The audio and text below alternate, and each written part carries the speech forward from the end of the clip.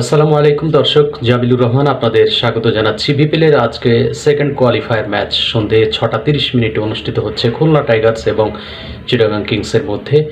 Khulna Tigers দারুণ ছন্দে রয়েছে, কারণ সমীকরণ মিলিয়েই তারা জায়গা করে নিয়েছিল প্লে অফে, এবং প্লে অফে রংপুর রাইডার্সকে একেবারে দুমড়ে মুচড়ে দিয়ে তারা জায়গা করে নিয়েছে সেকেন্ড কোয়ালিফায়ারে। পক্ষান্তরে ফার্স্ট কোয়ালিফায়ার ম্যাচে চিটাগাং কিংস বরিশালের কাছে পরাজিত হয়ে আজকে এই সেকেন্ড কোয়ালিফায়ার মুখোমুখি হচ্ছে। উভয় দলের যদি ব্যাটিং লাইন আপ নিয়ে আমি একটু কথা বলি, বিশেষ করে ওপেনিং স্লটে আমরা দেখেছি খুলনা টাইগার্সের মেহেদী হাসান মিরাজ, তিনি মেকশিফট ওপেনার হিসেবে বেশ ভালো করছেন। সেই সঙ্গে নাইম শেখ, তিনি টুর্নামেন্টের সর্বোচ্চ রান সংগ্রাহক, 13 ম্যাচে 492 রান তিনি করেছেন, একটি সেঞ্চুরি রয়েছে, ধারাবাহিকতা বেশ ভালো রয়েছে বলতেই হবে, 3টি হাফ সেঞ্চুরি রয়েছে। সেই জায়গা থেকে আমি ওপেনিং স্লটে খুলনাকে এগিয়ে রাখছি। পক্ষান্তরে চিটাগাং কিংসের হয়ে পারভেজ হোসেন ইমন, তিনি অসাধারণ খেলছেন, তার সঙ্গে খাজা নাফিউ, তিনি খুব একটা সুবিধাও করতে পারছেন না, বিশেষ করে ধারাবাহিকতা কম, এবং সেই তুলনায় আমি বলবো যে পারভেজের তুলনায় নাইম শেখ অনেকটাই ধারাবাহিক।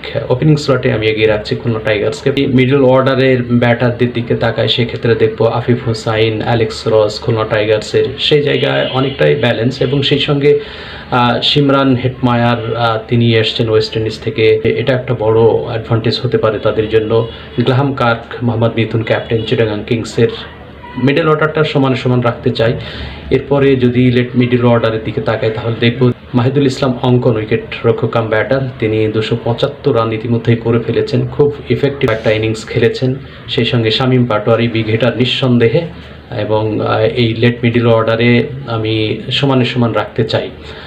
তাহলে ব্যাটিংয়ে কিন্তু ওপেনিং স্লটটাতে খুলনা টাইগার্স এগিয়ে রয়েছে। বোলিংয়ে যদি আমরা তাকাই, তাহলে দেখব খুলনা টাইগার্সের হাসান মাহমুদ, তিনি বল করছেন, এবং সেই সঙ্গে রিসেন্ট হান্টার, তো তিনি খুব একটা যে বেশি ম্যাচ খেলেছেন তা কিন্তু নয়। উইলিয়াম বৈশিষ্ট্য, তিনি বেশ ধারাবাহিকতা দেখাচ্ছেন। পক্ষান্তরে চিটাগাং কিংসের হয়ে খালেদ আহমেদ, তিনি অসাধারণ এবার বিপিএলটা কাটাচ্ছেন, 12 ম্যাচ থেকে 19টি উইকেট লাভ করেছেন। সেই সঙ্গে শরীফুল ইসলাম, এই দুজন জাতীয় দলের পেসার রয়েছেন, এবং সেই সঙ্গে ফরেন রিক্রুট বিনুরা ফার্নান্ডো, তিনি যদি একাদশে থাকেন তাহলে আমার মনে হয় অনেকটা শক্তিশালী হয়ে উঠতে পারে পেস ইউনিটটাও আমি বলবো যে সমানের সমান অনেকটাই। তবে স্পিন ডিপার্টমেন্টে অনেকটাই এগিয়ে রয়েছে খুলনা টাইগার্স, কারণ খুলনা টাইগার্সের নাসুম আহমেদ, মেহেদী হাসান মিরাজ রংপুর রাইডার্সের বিপক্ষে যেমন 3টি করে উইকেট ভাগাভাগি করেছিলেন, নাসুম তো প্লেয়ার অফ দ্য ম্যাচ হয়েছিলেন, এবং সেই জায়গায় চিটাগাং কিংসের আলিস আল ইসলাম ভালো বল করেছেন নিঃসন্দেহে, আরাফাত সানি।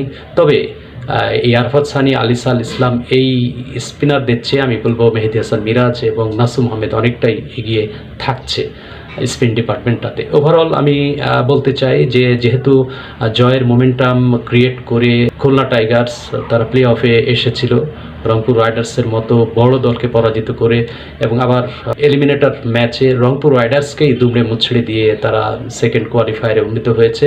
জয়ের মোমেন্টাম কিন্তু তারা ক্যারি করছে, এটা একটু ভেরি পজিটিভ দিক। পক্ষান্তরে চিটাগাং কিংস, তারা ফরচুন বরিশালের কাছে পরাজিত হয়েছে, প্রতিপক্ষকে 150 রানের টার্গেটে পরাজিত হয়েছে। সেই দিক থেকে আমি বলবো যে চিটাগাং কিংস ভালো টিম নিঃসন্দেহে বলতে হবে, কিন্তু জয়ের মোমেন্টাম ক্যারি করা এই জায়গাটাতেই খুলনা টাইগার্সকে এগিয়ে রাখতে হচ্ছে, এবং খুলনা টাইগার্স অনেকটা স্ট্রাগল করে কিন্তু আজকের এই সেকেন্ড কোয়ালিফায়ারে এসছে। সেই জায়গা থেকে আমি অনেকটা এগিয়েই রাখতে যাচ্ছি খুলনা টাইগার্সকে। তবে ম্যাচের ভাগ্য গড়ে দেওয়ার ক্ষেত্রে হয়তো বিদেশিরা অবদান রাখতে পারে, বিশেষ করে ব্যাটিংয়ে যদি আমরা খুলনা টাইগার্সের দিকে তাকাই, সিমরান হেটমায়ার, তিনি এসছেন, জ্যাসন হোল্ডার ওয়েস্ট ইন্ডিয়ান এই ফাস্ট বোলার, তিনি এসছেন, তিনি পার্থক্য করে দিতে পারেন।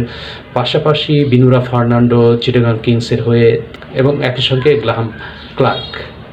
আরেকটা কথা না বললেই নয়, পারভেজ হোসেন ইমন বিগ স্কোর করে দলকে এগিয়ে নিতে পারে। তো এখন দেখার বিষয় আসলে যে ফরচুন বরিশাল ইতিমধ্যেই ফাইনাল উত্তীর্ণ হয়েছে। আজকের ম্যাচে যে দলটি জয়লাভ করবে খুলনা এবং চিটাগাং কিংসের মধ্যে, তারাই কিন্তু চলে যাবে ফাইনালে। আগামী 7 তারিখে ফাইনাল ফরচুন বরিশালের সঙ্গে। দর্শক, আমার ইউটিউব চ্যানেলটি সাবস্ক্রাইব করে আমার সঙ্গে থাকলে কৃতজ্ঞ থাকবে।